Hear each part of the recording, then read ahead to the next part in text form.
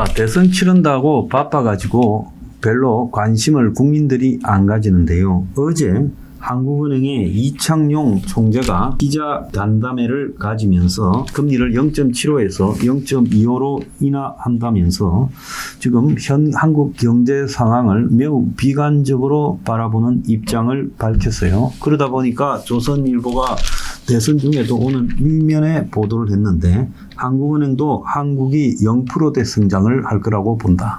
0.8이라고 1.7에서 낮췄지만 1.5에서 예전에 1.5에서 0.8로 기대치를 낮췄지만 실제로요. 그건 지금 바라보는 입장이고 올 연말에 가서 바라보면 0%대가 아니라 아예 마이너스가 될 수 있다. 그래서 한국의 자기 정부의 발등에 부른 경제가 될 것이다. 그래서 0.8%의 성장률이라는 것은 외환위기나 코로나 때나 겪는 일인데 자, 지금 민생이 지나치게 심각한 상황에 와 있다라고 한국은행에서 이걸 공개적으로 말할 정도로 아주 발등에 불이 떨어졌다는 거예요. 그래서 한국의 전형적인 성장 방식은 수출이 주도하고 내수가 떠받치면서 수출, 내수가 동시에 이렇게 성장해가는 방식이었는데 이게 한국식 성장 방식, K 성장 방식이라고 하는데 이제 수출의 기여도가 주도가 아니라 0%, 아니 이제 마이너스가 될 수 있고 내수도 지금 비리비리하고 있어요. 사상 최악이에요. 그래서 이런 것들을 보면 한국이 이제 더 이상 성장할 수 없다라는 것을 좀 인정해야 될 때가 되지 않았나 그런 생각을 합니다. 그래서 제일 중요한 것은 수출도 지금 역사상 최악이고 또 국내에서 생산, 소비, 투자 이런 부분들이 원활하게 돌아가지 않고 있는 상황에서 한국은행이 경제를 갖다가 그나마 좀 살려보겠다고 금리를 내렸고 또 더 내릴 거라고 예고까지 했어요. 그래서 이런 상태로 가면 결국 마이너스 성장, 역성장이 이렇게 되지 않겠느냐. 그런데 한국은 미국 관세 완화가 되면 좀 1%대는 가지 않을까 하지만은 미국 관세가 완화된다 하더라도 그러지 않다. 수출하고 관련 없는 건설 소비 부분도 지금 너무 내려가 버렸다. 그래서 위성 언론들은 경기 부양을 해야 된다.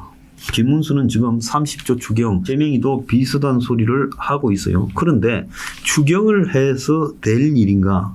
나는 그걸 갖다가 좀 다시 봐야 된다고 봅니다. 이재명은 비상경제 TF를 만들어가지고 20조대 추경, 지역화폐 발행을 말하고 그 다음에 비상경제 원룸을 만들고 이거 옛날에 문재인이가 고용인이 물가를 관리한다고 뭐 TF를 만들고 뭐 이런 쇼를 한 것과 똑같이요. 김문수는 30초 추경하고 해외 공장을 돌아오게 하겠다, 리쇼링을 하겠다지만 그게 자기들 마음대로 되겠습니까? 오늘 보면요. 소득이 조금 늘었지만 지갑을 완전히 닫았고 그래서 실질적인 소비 지출은 크게 감소해 버렸다. 특히 지금 상황이 어려워지니까 하위 20%가 타격이 굉장히 크다라고 이야기하고 전체 사업체 종사자 수가 넉 달째 줄고 있다. 그래서 내수가 부진하다 보니까 사업체들이 문을 닫거나 지금 해고를 하고 있어요. 자, 이 와중에 GM이 철수할 거라는 이야기가 지금 공공연하게 거론되고 있고 실제 그렇게 될 거라고 말이 나오고 있습니다. 자동차 산업의 붕괴와 관련되는 부분이지요. 그러면 저는 여기서 이제 하나 제안하고 싶은 게요. 지금 대선 후보들이 끊임없이 성장론을 이야기합니다. 소득주도 성장이니 뭐니부터 추경해서 성장시키니 근데 다 헛소리라고 봐요. 지금 한국의 대외 환경을 보면요. 성장이 불가능합니다. 앞으로도 불가능해요. 왜? 한국은 자체적으로 인구가 아주 많아서 자체적으로 경제를 갖다가 최악의 경우 수출보다 내수 경제를 끌고 갈 수 있는 그런 여력도 못 돼요. 한국의 수출 대기업들은 세계적인데 한국의 내수는 그걸 턱없이 모자라는 상황이죠. 자, 그렇고 수출이라는 건 이제 영영요 별 재미가 없어져 갈 거다. 수출이 옛날처럼 엄청나게 늘어나던 시대는 끝났다고 봐야 돼요. 트럼프만 저런 게 아니라 계속 미국 말고도 중국, 유럽에서도 그렇게 할 거다. 그래서 한국의 수출이 이제 호황은 꿈 같은 시절은 끝났다. 그리고 내수가요, 지금 가면 갈수록 줄어들지 살아날지 않습니다. 그래서 내수가 호황인 시절도 끝났다는 거예요. 그래서 우리가 여기서 가장 중요한 것은 대선 후보들이 과거 박정희, 전두환, 노태우 시대 때 하던 성장을 이제 접어야 돼요.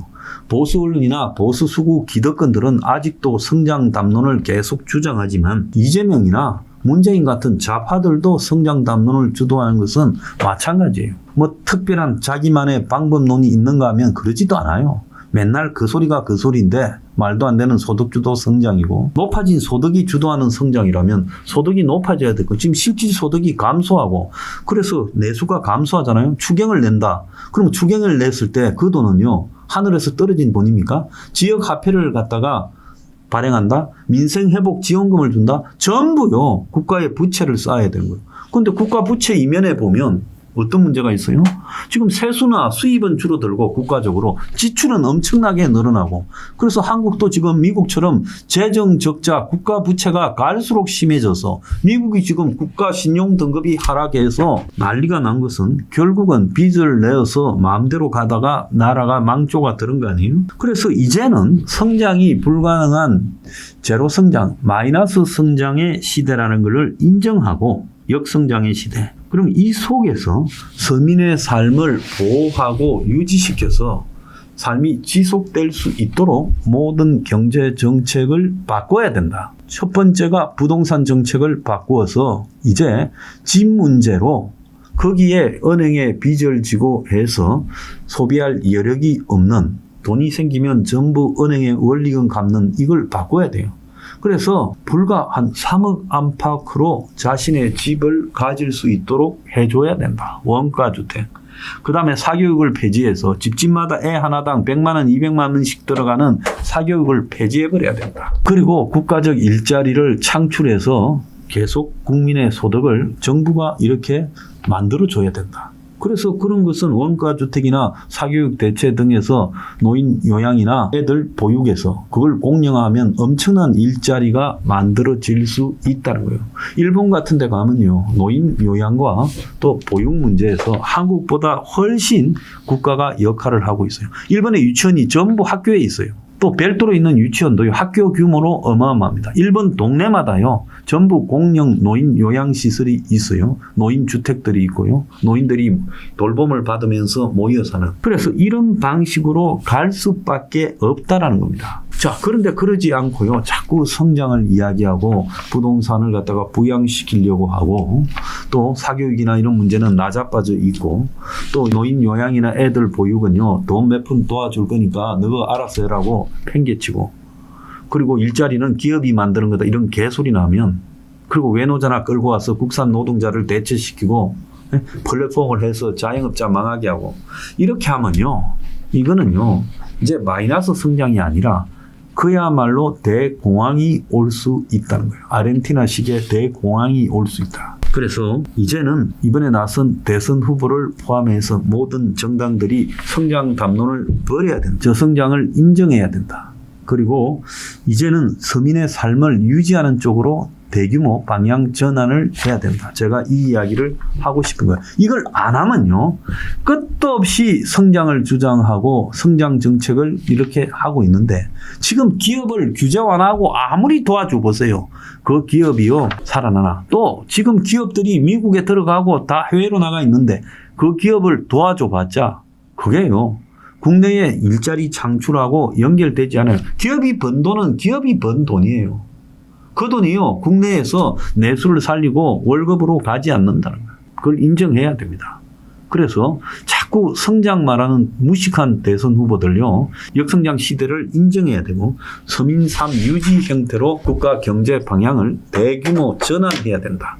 그걸 하지 않으면 재앙이 기다리고 있을 거다. 이 단순한 진리를요, 지금 한국의 모든 경제학자, 경제학 교수, 연구소 등이요 다 외면하고요, 다시 성장한다라고 하는데 집중하고 있어요. 얼마나 멍청한 놈들입니까? 세상 돌아가는 거 보면 척하면 삼척인 줄 알아야지.